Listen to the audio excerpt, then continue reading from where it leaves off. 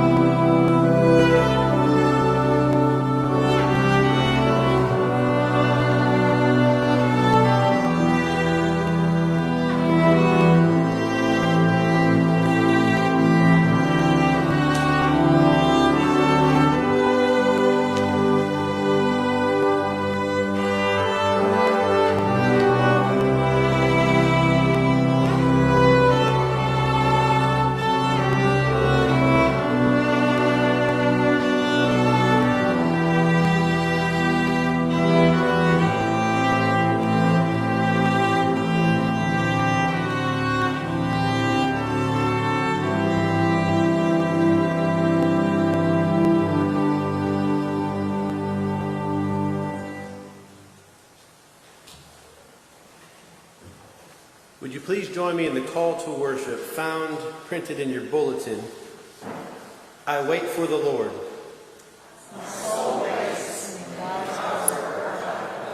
My soul waits for the Lord more than those who watch for the morning. In faith, let us turn to our God, whose love is sure.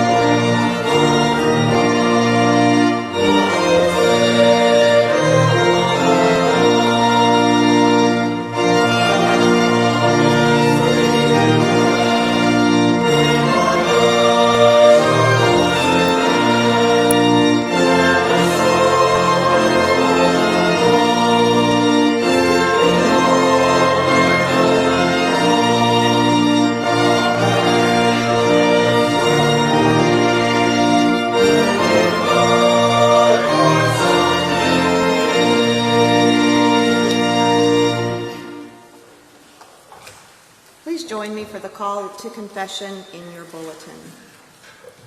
Because of such great mercy, God is ready to forgive all the ways we fail to live in faithfulness. Relying on that mercy, let us confess our sin before God and one another.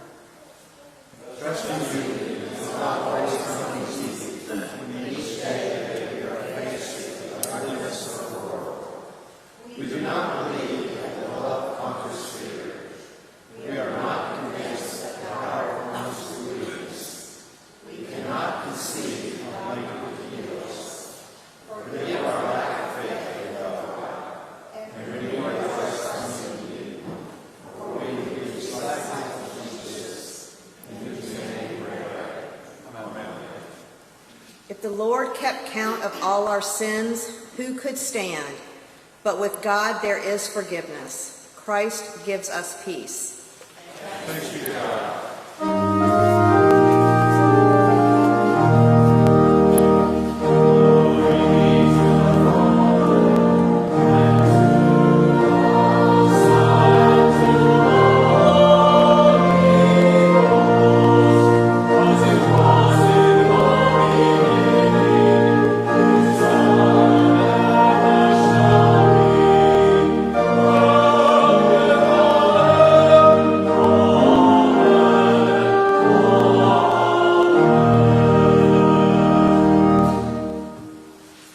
You may be seated.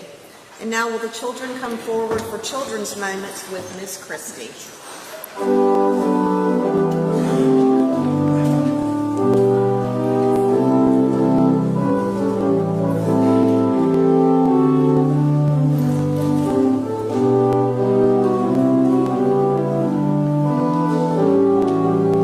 I know we have the baptismal font. Let's sit right here. All right, I need a volunteer. Who will be my volunteer? I need a volunteer. I'm gonna grab somebody. Come on, Squirt. You're not. I'm not gonna embarrass you. I need one more volunteer. One more. All right, I want you to hand this.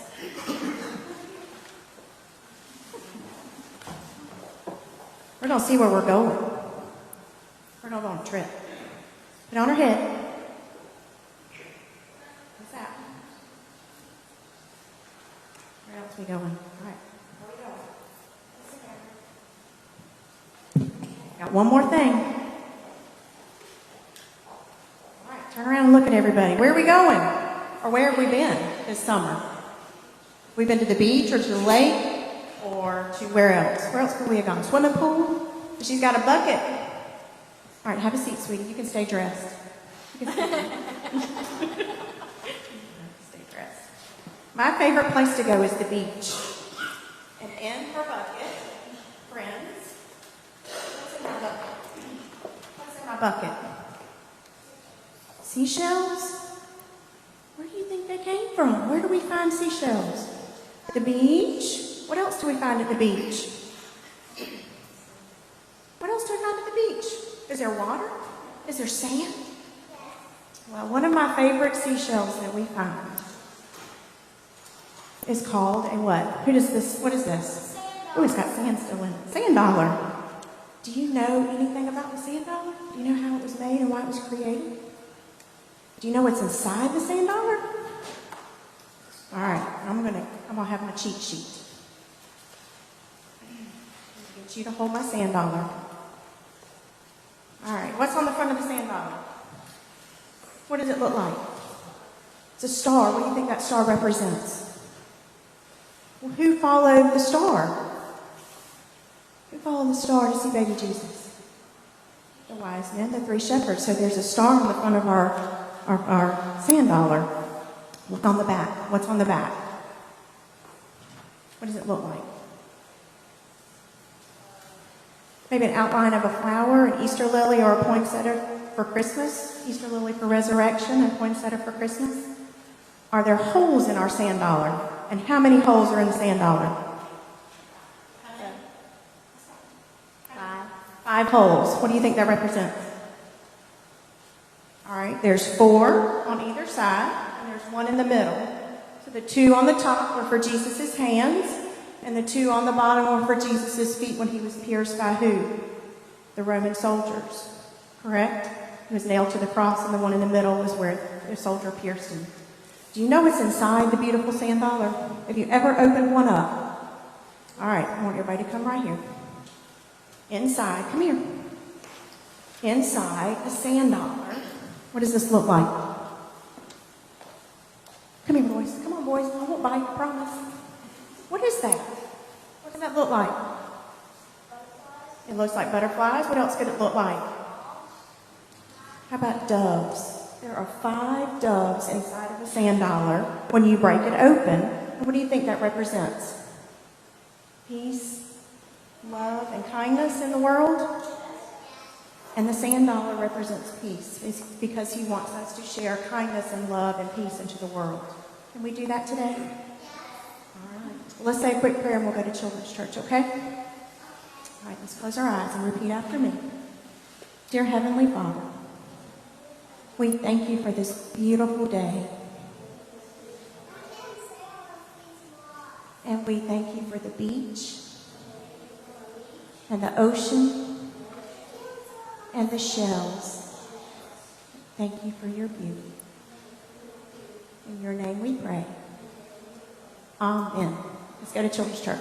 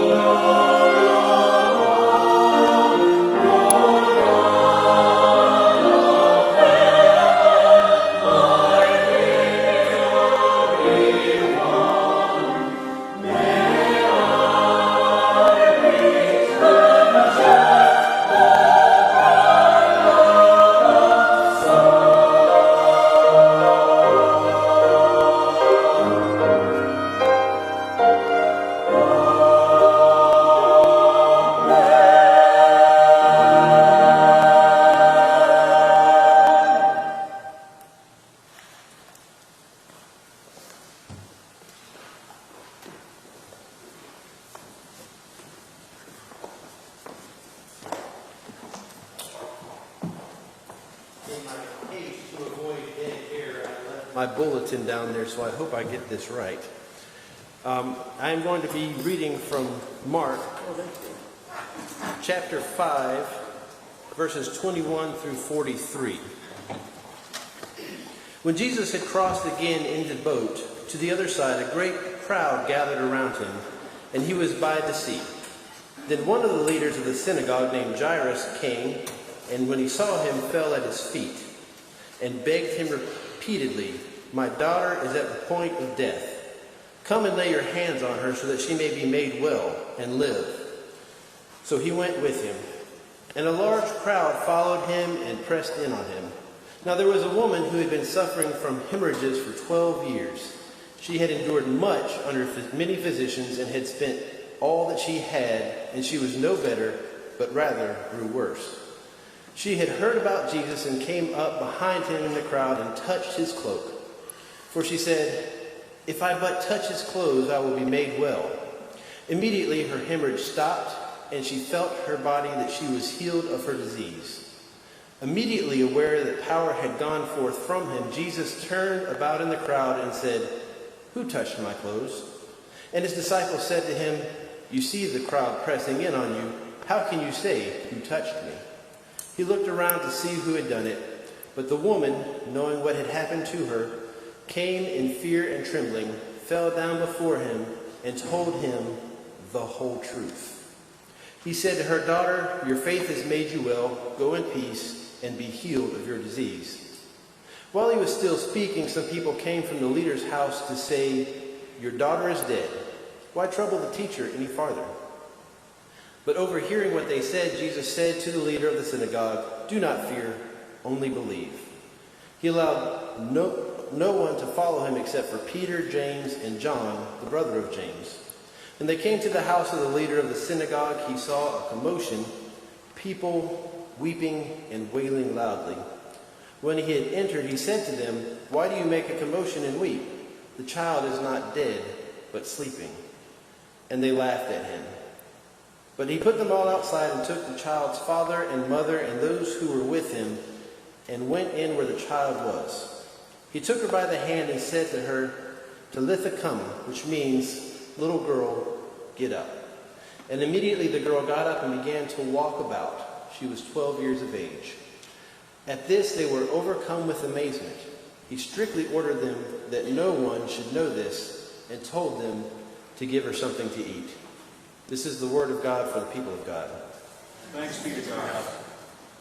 So clearly, I am not Reverend McCormick. Unless he got some Grecian for mint. I do have a little bit of gray right here. But Reverend McCormick is unable to join us because he had a dear friend pass away, and he's at the funeral.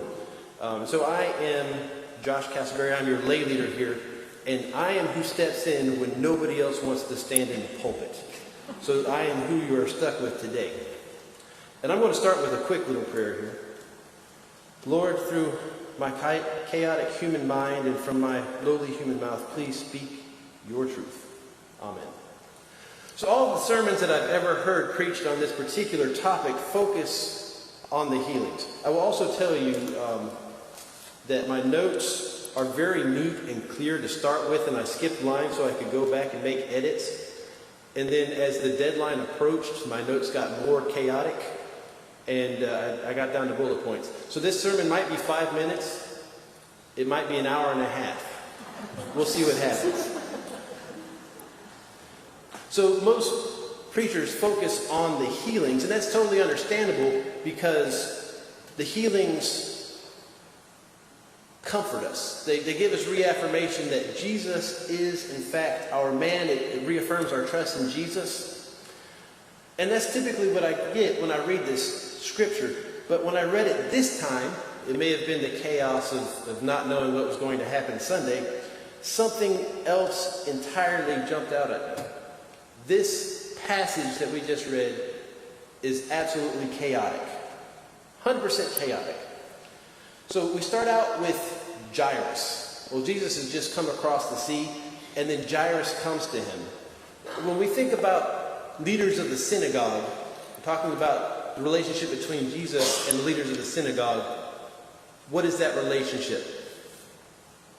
You can speak. It's okay. Preferably loud enough that I can hear. Paul. Don't make me call names. Typically, when we think about the relationship between Jesus and the leaders of the temple, it's antagonistic. They don't like Jesus. They don't like this rabble-rouser that causes problems and heals on the Sabbath. They don't like him. But here we've got Jairus not only liking Jesus, but seeking him out and falling at his feet. We do something as humans, and I got to put my glasses on to read the word, but it's stereotyping. Maybe I'm not pronouncing that correctly. But as humans, we tend to stereotype. We put people into categories by political affiliation, by religious affiliation, and to some extent, that is a pretty good adaptation. It helps us to understand how the world works. But it becomes maladaptive when we do it to the point where we don't look at the individual. So here we have an individual who is a Jewish leader who loves Jesus. And that's important.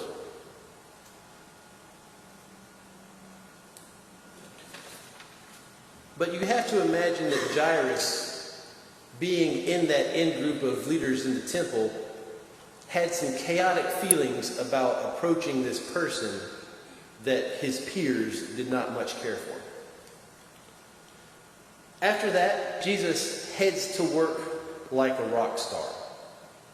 He's going to work. He's got a job to do. He's got a task to do. He's going to go heal a little girl. But he's going to work like a rock star. What's your morning commute like? Tyler? Mine is pretty calm, pretty easy. I get up after the first shift people, but before the normal people, so traffic is pretty light. I can listen to music, I can listen to news, and I can find my center and focus because there's not a lot going on. Jesus is headed to his work like a rock star. He's trying to go save this young woman, and the crowd is pushing in on him. They want to see him. They want to touch him. They want to soak in every ounce of this ultimate rock star. And while this is going on, Jesus says, "Who touched my clothes?" Now, I'm going to paraphrase what the disciples said when Jesus said, "Who touched my clothes?" You got to imagine the chaos of this scene, right? Jesus is walking, and he's being pressed in by a crowd. And the disciples are like, "Yo, Jesus, what on earth are you talking about? Dude, are you even looking at this crowd? Who touched me?" Jesus, you got jokes. Look at all these people. They did not make very good bodyguards for Jesus. It was total chaos. Now enter an unnamed woman. I think she should have a name because it helps me to get into her mind. So as a little mental experiment, I gave her a name. I'm sure that Mark left her nameless for good reason, but I had to understand what she was doing and who she was, so I named her Eris. E-R-I-S, who's the Greek goddess of chaos. Eris was only a marginal person. First of all, she was just a woman. Not just a woman in quotation marks. I would like this to stand up here and tell you that aren't we glad society has moved past that mentality of just a woman? But I'm afraid the lived experiences of many ladies that I know and love shows that many individuals have moved beyond that point, but society as a whole still has a good long way to go. So Eris is just a woman. She doesn't have a man with her there to sponsor her, so that's her first strike. Her second strike is that she's on the margins of society because she has medical issues. Everybody knew at that time that if you had medical issues, it was your fault. It was probably a sin that you committed, or maybe it was a sin that your parents committed. In fact, the book of Job was written specifically so that people would understand that sins did not lead to ailments. But that's a sermon for another day. So Eris had two strikes against her. Her life was chaos. She was not healing. She was spending her money. The doctors were not helping her. She was getting worse. She had no respite. Dr. King said a riot is the language of the unheard, and I believe he's correct. But what did he mean by that? People, all of us, everybody in here, will lash out if we feel we have no other choice. If we have no other outlet, we will take great risks out of desperation.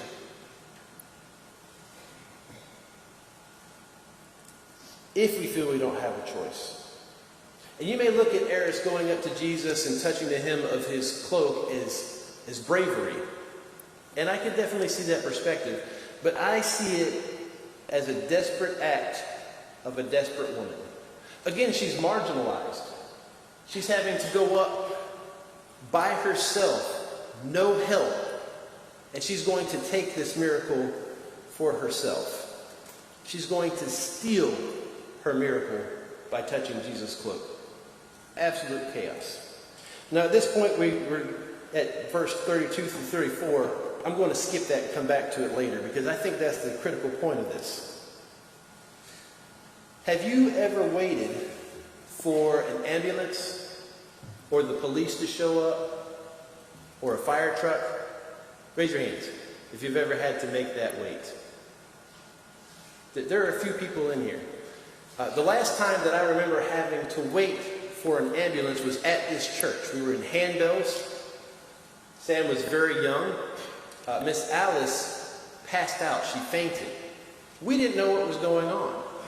So I ushered Sam out. I'm pretty sure I gave her to Cassie out in the hallway. My task was to go out to Liberty Street and flag down the ambulance so that I could bring them around quickly. And I think Leanne was calling 911. So all this was going on. It was very intense. And so I ran out there, and I heard an ambulance come by, and I saw it going. Apparently it wasn't our ambulance, but I didn't know that at the time, so I ran into the middle of Liberty Street, waving my hands, trying to get this ambulance to turn, but they had a mission. They had somewhere else specifically to go. When the ambulance finally did show up, the EMTs were very professional. They got out very calmly, and they did what they were supposed to do. I, on the other hand, was a mess. I don't think I showed it, but I was a mess. I didn't know what was going on. I didn't know how to help my friend. And imagine Jairus right now at this moment. Jesus is coming to heal his daughter. His daughter is at the point of death. Jesus is the ambulance, and he stops. And he stops to talk to a woman. And he stops to talk to a woman who is a marginalized person of society anyway. He has got to be full of chaos. How does he feel? Absolute chaos. Enter another unnamed character. I called him Bob because I didn't know what else to call him. Bob says, and I figure it's probably a male because he came from the household and he had the authority to speak, so he's probably a male. Bob says, don't bother the teacher, your daughter's dead. So Jairus is on this emotional roller coaster. He's got dread because his daughter's on her deathbed. Then he's got hope because Jesus is coming. And then he loses hope because his daughter dies. How did he feel when Jesus headed to his house anyway? Why is Jesus going to my house? I asked him to save my daughter. He's not doing. Absolute chaos. Don't be afraid, just believe, Jesus said. Really simple words. A lot harder to actually execute. When you are afraid, when you are in a situation like this, the fear finds its way in. It creeps in and you push it out. And it creeps in and you push it out. Absolute chaos. Then Jesus only takes his innermost circle to do the real work. I don't know for sure why that happens. I've had some folks express to me, maybe it's because he trusted them the most. It's something that I'm going to have to discern for later. Then when Jesus walks in to the house, he says, the child is not dead, but asleep. That seems kind of an odd thing for Jesus to say. Does he not trust the people who were there who said that she's dead? Well, this does a couple of things. First of all, it sets up for Jesus to say later to hide the miracle. The next thing is the folks who are there, who are wailing, who are gnashing their teeth, laugh at Jesus. When was the last time you laughed at Jesus? How much audacity does it take to laugh at Jesus, who was there at the beginning of creation? Of course, they didn't know that. We have the benefit of hindsight, right? So we can say, well, that was pretty dumb to laugh at Jesus. But we don't always have the benefit of hindsight. Right now, we don't have the benefit of hindsight for our lives now. So what are you doing right now that is essentially laughing at Jesus? Then Jesus kicks all these people out, all these mourners. Can you imagine coming to a funeral at church? Pews are full. We're here to celebrate the life of a dear friend. And Jesus walks in and says, all right, everybody out. How well do you think that would go over? I think it'd be pretty chaotic. But they go. They leave. And the only people left are Jesus, his inner circle, mom, and dad. Then Jesus does something really rebellious. Possibly the most rebellious thing that he's ever done. He violated every law of physics, chemistry, and biology that I know. And he took a girl who was not alive and he gave her life again. I don't know how that happened. The biologist in me wants to know. I want to study that, but I wasn't there and I can't go back in time, so I'm just going to have to believe that Jesus did whatever Jesus did. Then Jesus gives just two directions. One, don't say a word to anybody. Let this miracle stay here. Have you ever had to keep a big secret? Like a good secret. Like a big secret that you want to tell everybody because you are so full of joy and so full of expectation, but you've got to keep your mouth shut. It's pretty chaotic. And then Jesus, being who he is, his second direction was also get this girl something to eat. She's got to be hungry. Jesus cares about our spiritual well-being, obviously. He cares about our emotional well-being, but he also cares about our comfort, our physical well-being. If we go back and look at Jesus' first miracle, he changed the water into wine so that his friends could have comfort. He's a pretty good guy. So, as promised, we're going to go back to 32 through 34, and then I'm going to wrap this bad boy up. He looked all around them to see who had done it, but the woman, knowing what had happened to her, came in fear and trembling, fell down before him, and told him the whole truth. He said to her, "Daughter, your faith has made you well. Go in peace and be healed of your disease." Those 3 lines right there make this what it is. Jesus is looking around. So Mark uses this word throughout his gospel, and I'm going to butcher the pronunciation because I did not study Greek, but it's parabolopeto. And essentially that translates here as to look around, but what it really means is to look around. He gave that teacher look. He gave that mom look, that dad look that you know you have to respond to. So he's looking around with a purpose. Jesus is on a mission, but he stops. Eris, remember the woman with no name, I call her Eris just so that I can understand her, has her miracle, but she stops and comes back. That is her bravery. Going to Jesus was an act of desperation. Going back to Jesus, when she didn't know what the consequences were, when she didn't know how she would be treated by the crowd, that is her bravery. She had no idea what retribution she may face, but she returns and speaks up. So put yourself in her position. Imagine her internal chaos. In desperation, you steal a miracle. You hear Jesus acknowledge your theft. Nobody else in the room knows what's going on. Only you and Jesus know what's going on. The disciples didn't know power had left him. Only those 2 knew. You see his stern look. How many of you, raise your hand, how many of you would go back to Jesus? Not knowing what we know now. Obviously now you would go back to Jesus. But not knowing what you know now. You are this woman acting out of desperation. How many of you would fess up to your theft?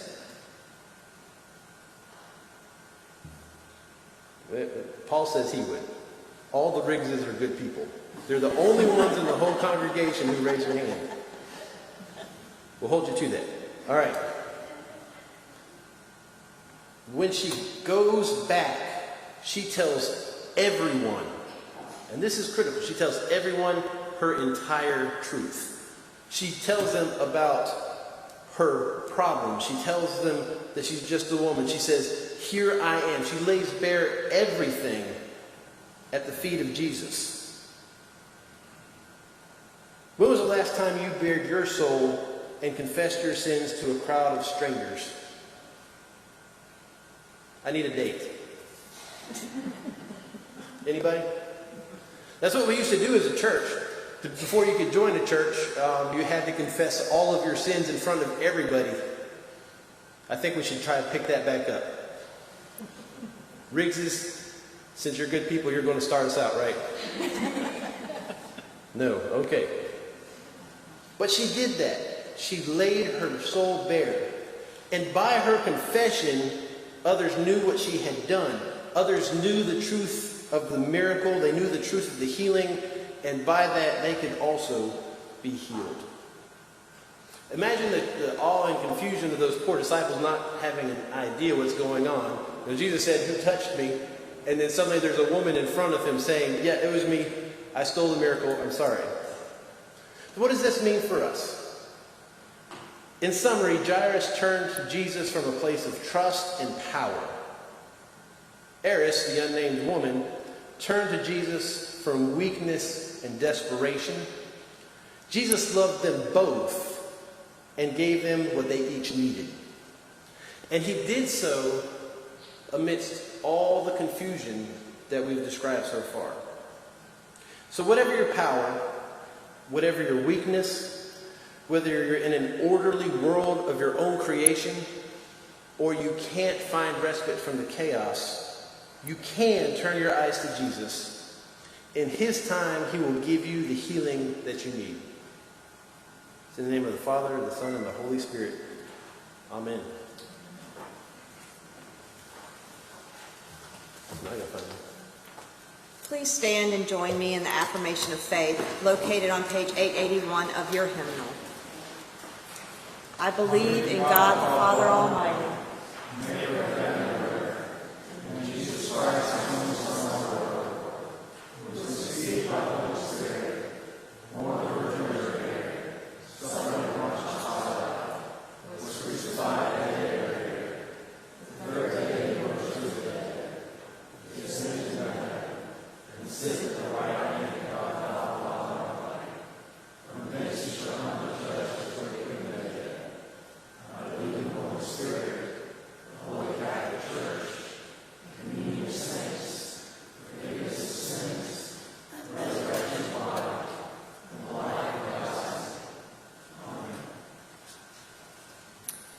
And now join me in what we affirm at Trinity.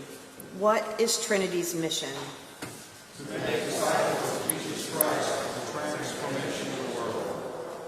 What is Trinity's vision?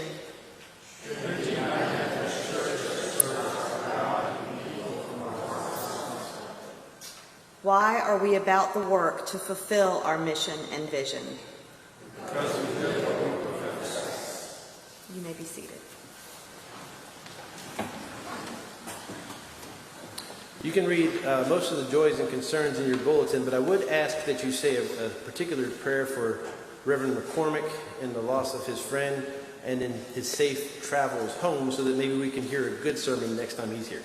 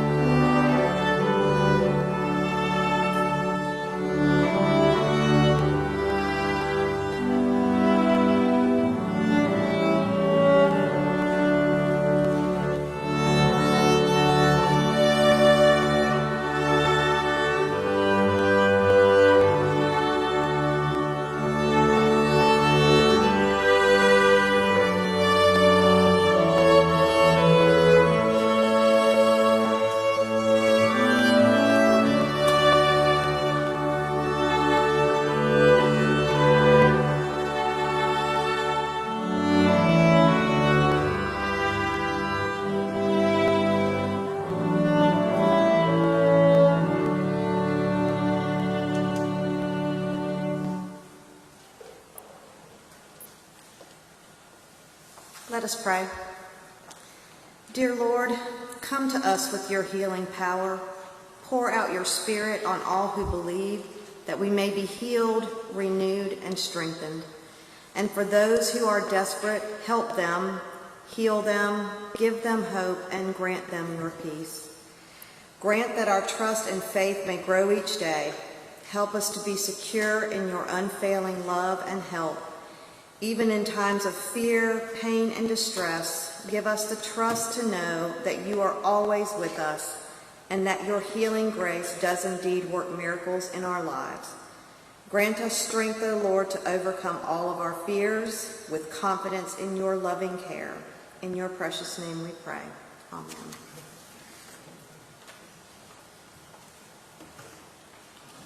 For our moment of missions, I'm going to talk very briefly about the church's Security and Safety Committee.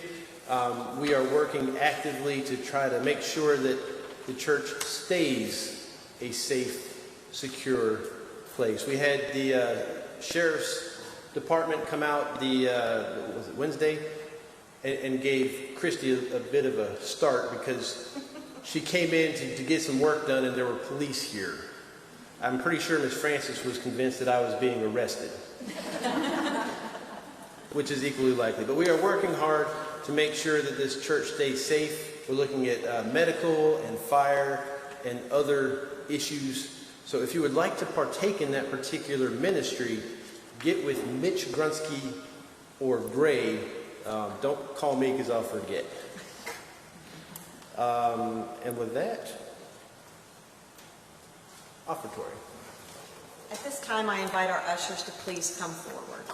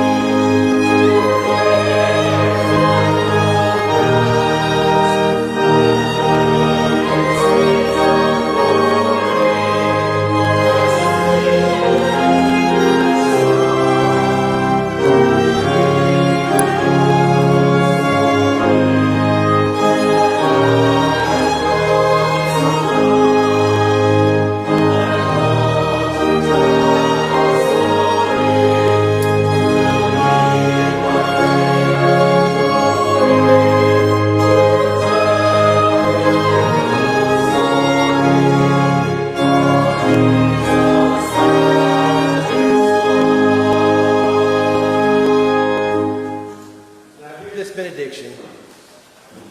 Go forth from your places of power like Jairus and seek out Jesus. From your places of weakness like the unnamed woman, speak your ugly truth and accept the healing of Jesus. Allow your chaos to help others. Amen.